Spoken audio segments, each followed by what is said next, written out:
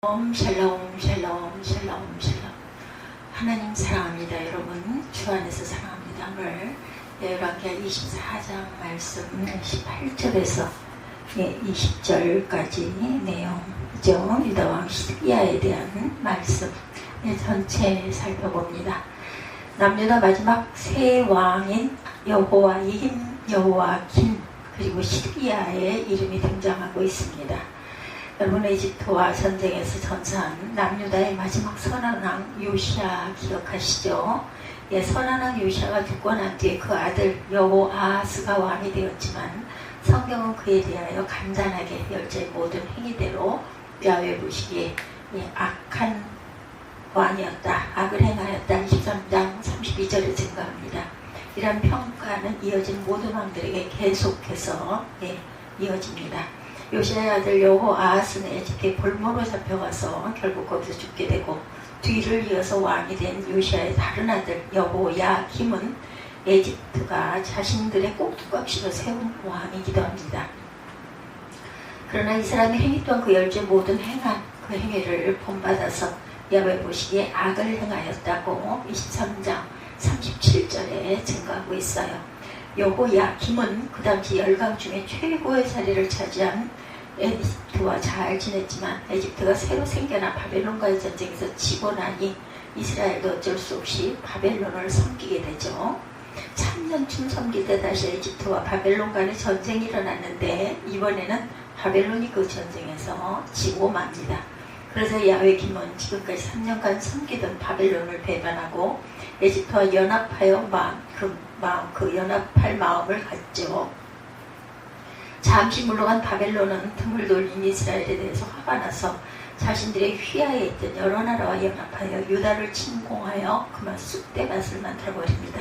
그래서 바벨론을 배반한 야훼김은 쇠사슬에 묶여 비참하게 포로로 잡혀갔고 유다는 많은 약탈을 당합니다. 1절에서 7절에 증거하죠. 그리고 난 후에 야훼김이 석 달 동안 왕위에 있었는데 그가 왕으로 있을 당시 바벨론이 다시 쳐들어와서 예루살렘 성이 또 한 번 쑥대밭이 됩니다. 이때는 전쟁으로 훼손된 것이 아니라 바벨론이 쳐들어오자마자 야훼김은 어머니와 모든 신하들과 함께 곧바로 나가 바벨론에게 항복하는 부끄러운 모습을 보여주었지만 결국 야훼김과 많은 사람들은 포로로 잡혀가고 성전과 궁전에 있는 모든 보물은 약탈을 당하고 말죠. 이번에는 바벨론이 시드기야를 왕으로 세웠는데 야훼김이 그 붙이는 모든 행위를 본받아 여호와 보시기에 악을 행하였다 9절입니다.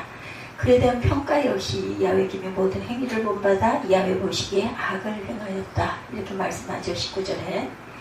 그러므로 남유다의 마지막 왕 몇 대째 계속되는 한결같은 평가를 4대째 받고 있어요.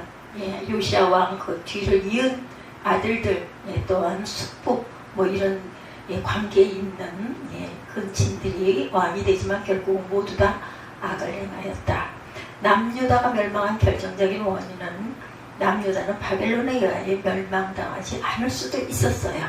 왜냐하면 마지막 왕 시드기야는 바벨론이 유다를 완전히 멸망시키지 아니하고 유다 사람 중에서 꼭두각시 왕으로 세워 그 왕위를 이어가게 하였기 때문에 그들이 배반하지 않았다면 조금 더 유지할 수 있었을지도 모를 텐데 모든 유다 왕들이 바벨론을 배반하였기 때문에 결국은 멸망을 당하죠.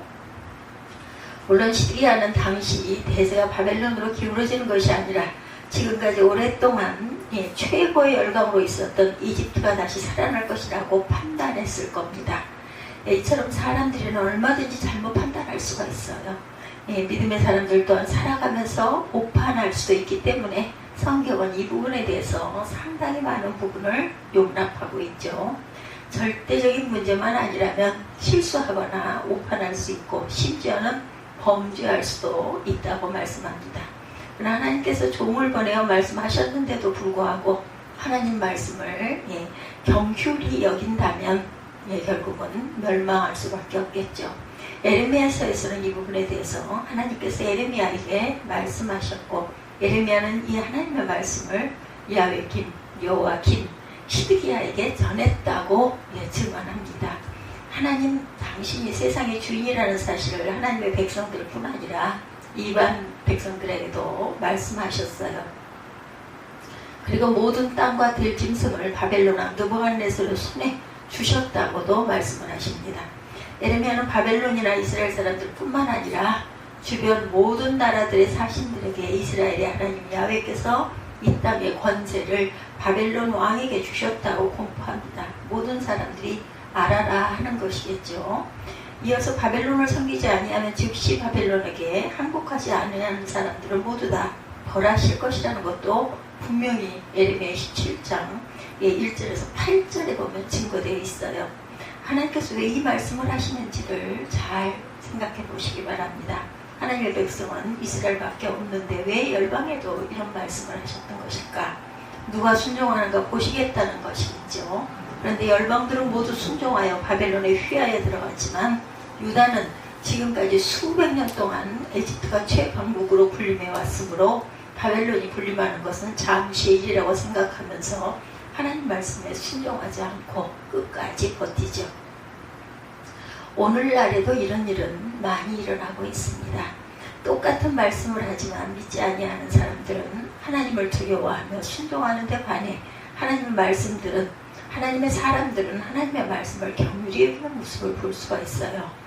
보통 사람들은 오히려 두려워하고 순종하는데 하나님의 사람들, 하나님을 믿는 사람들은 하나님 말씀을 오히려 믿지 않는 모습들이 많이 보인다.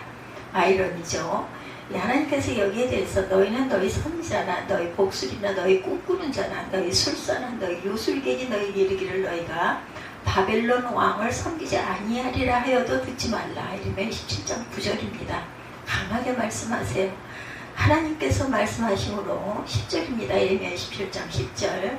어떤 사람이 말하여도 듣지 말라고 말씀하시는 것입니다. 그들은 너희에게 거짓을 예언하여서 너희로 너희 땅에서 멀리 떠나게 하며 또 나로 너희를 몰아내게 하며 너희를 멸하게 하느니라. 이렇게 말씀을 하세요. 그런데도 믿지를 않았다. 하나님의 말씀에 순종하지 아니했기 때문에 하나님께서 순종하지 아니하는 모든 백성들을 그 땅에서 쫓아내신다고 말씀합니다.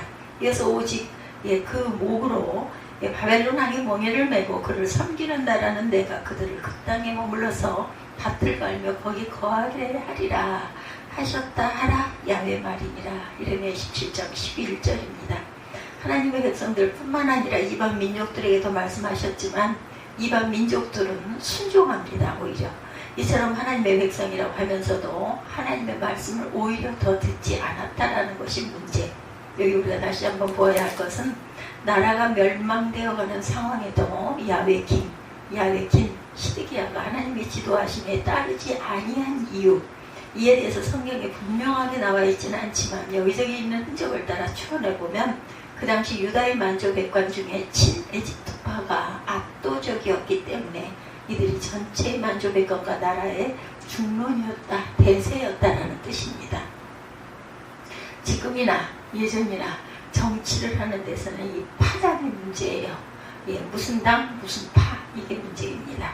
민주주의 원리로 본다면 어쩌면 이것이 어떻게 보면 옳을지도 모르겠죠. 사람들이 발견한 방법 중에 아직 이 방법보다 더 좋은 것이 없기 때문에 사람들 사이의 일에 있어서는 민주주의 다수결의 원리가 최선인 것이 될 수도 있겠죠. 교회에서도 하나님의 절대적인 법에 저촉되지 않는 한, 하나님의 크신 울타리 안에 있는 한 아직까지는 이 방법이 최고의 방법이 될 것입니다. 따라서 교회 일에 있어서 만장일치가 되면 더할 수 없이 좋겠지만 사람들 사이에 의견이 맞지 않을 때는 어쩔 수 없이 일을 해나가야 된다면 다수결의 원리를 따를 수밖에 없겠죠. 이것이 우리 인간의 한계입니다.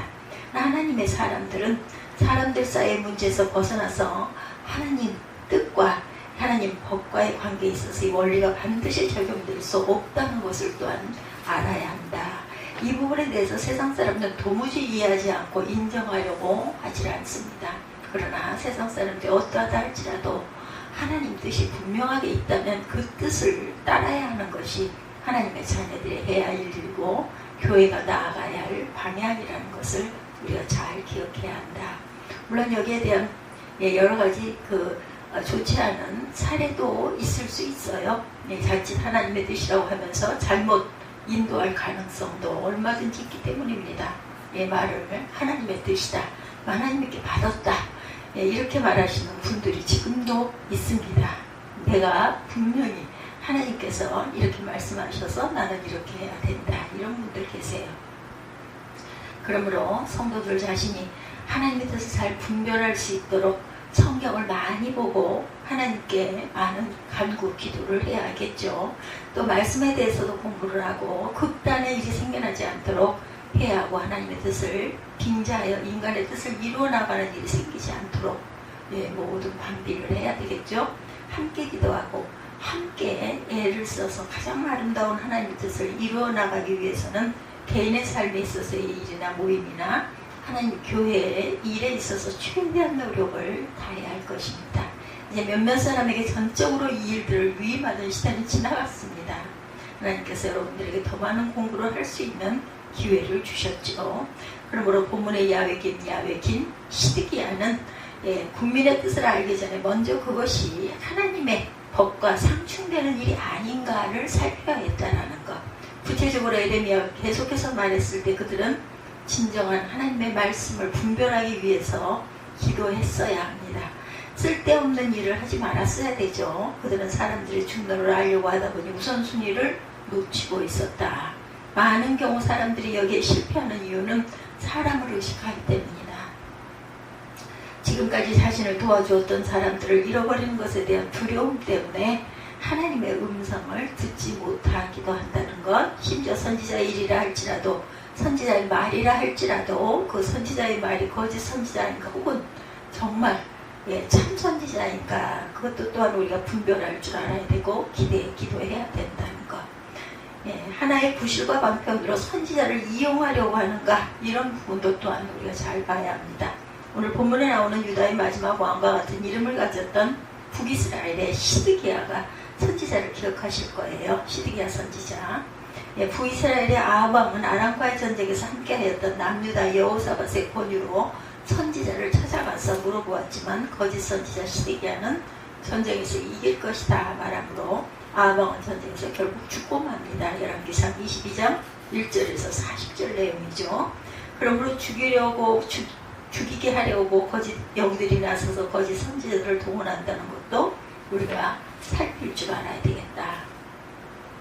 현재 누리고 있는 기득권을 누리려고 사람의 의견을 쫓지 마시기 바랍니다. 지금 누리고 있는 모든 것을 다 잃어버리는 한이 있더라도 하나님의 뜻이라면 기쁘게 선택하는 것이 저와 여러분의 승리의 길이라는 것을 잊지 마십시다.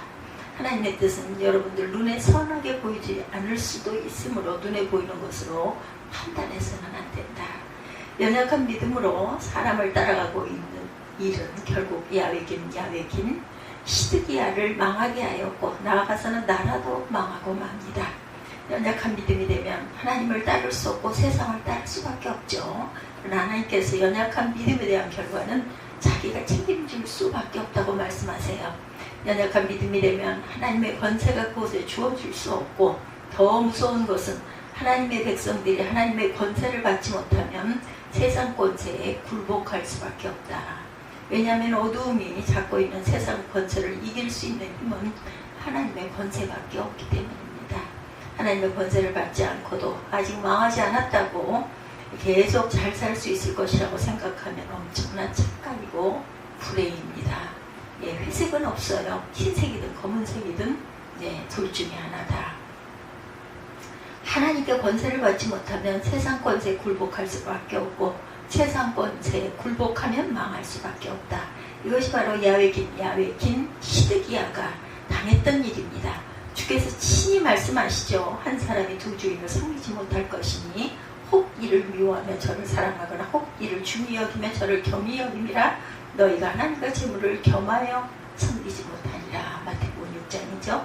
하나님의 말씀이든 세상 사람들의 말을 귀히 여기든 둘 중에 하나이지 둘 다는 하지 못한다. 중간은 없어요. 그리고 몸은 죽어도 영혼은 능히 죽이지 못하는 자들을 두려워하지 말고 오직 몸과 영혼을 능히 지옥에 멸하시는 자를 두려워하라. 마태복음 10장 28절입니다. 세상 사람들을 두려워할 것이 아니라 하나님을 두려워하라는 말씀이죠. 그러나 남유다의 마지막 세 왕은 이 하나님의 말씀을 받지 못했기 때문에 결국 멸망할 수밖에 없었다. 하나님의 말씀 대신 세상 사람들의 도움이나 성원을 두려워하다가 멸망하는 사람이 있는가 하면 본문의 야훼긴과 야훼긴같이 바벨론이 쳐들어왔을 때 모든 방백과 내시들과 함께 어머니를 모시고 나가 혹 불쌍히 여길까 해요. 자기 어머니까지 모시고 나가서 항복을 했지만 그 결과 성전과 왕궁은 황폐해졌고 왕 자신과 어머니를 포함한 모두가 다 포로로 잡혀가는 이러한 불성사를 당합니다. 하나님께서 야훼긴이 멸망한 이유를 야훼긴이 그 부친의 모든 행위를 본받아 여호와 보시기에 악을 행하였다고 분명하게 말씀하고 계시는데, 악을 제하는 절대적인 문제를 행하지 않고 상대적인 문제인 인간적으로 잘 보이려고 하였기 때문에 모두 무위로 돌아갔고 결과는 아무것도 남지 않았어요. 성경이 분명하게 제시하는 것 이외에는 방법이 없습니다. 하나님께 죄를 지었으면 회개하는 길이 사는 길이고, 하나님 말씀에 어긋났으면 야훼께서 멸망한다는 길을 갈 것이 아니라 다른 길로, 하다못해 선지자들이 권하는, 예레미야 같은 사람이 권하는, 에스겔 같은 사람이 권하는 그 길을 따라갔어야 되겠죠. 절대적이고 우선적인 일을 뒤로 하고 차선의 일을 했기 때문에 멸망할 수밖에 없었다. 만약 마지막 왕들이 여호사밧이나 히스기야처럼 하나님 앞에 행하였다면 어떻게 되었을까? 암몬과 모압이 쳐들어왔을 때 여호사밧은 국민들에게 기도하게 하였고 하나님께서 응답하셔서 승리합니다. 역대 10장이죠. 암몬과 모압이 쳐들어왔을 때, 히스기야는 북이스라엘 멸망시킨 아수르가 쳐들어왔을 때도 하나님 모욕한 그들의 편지를 들고 하나님께 기도했더니 밤에 아수르 군사를 진멸시켜 주십니다.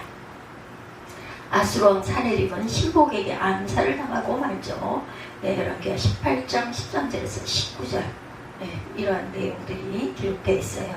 만약 유다의 마지막 때 그 나라의 멸망을 보고 있던 왕들이 이처럼 하나님 앞에 엎드렸다면 얼마나 좋았을까. 하나님의 기적같은 역사와 자비가 그들에게 임했을 것이라고 생각하게 됩니다. 살 길이 어디에 있고 승리하는 길이 과연 어디에 있는가.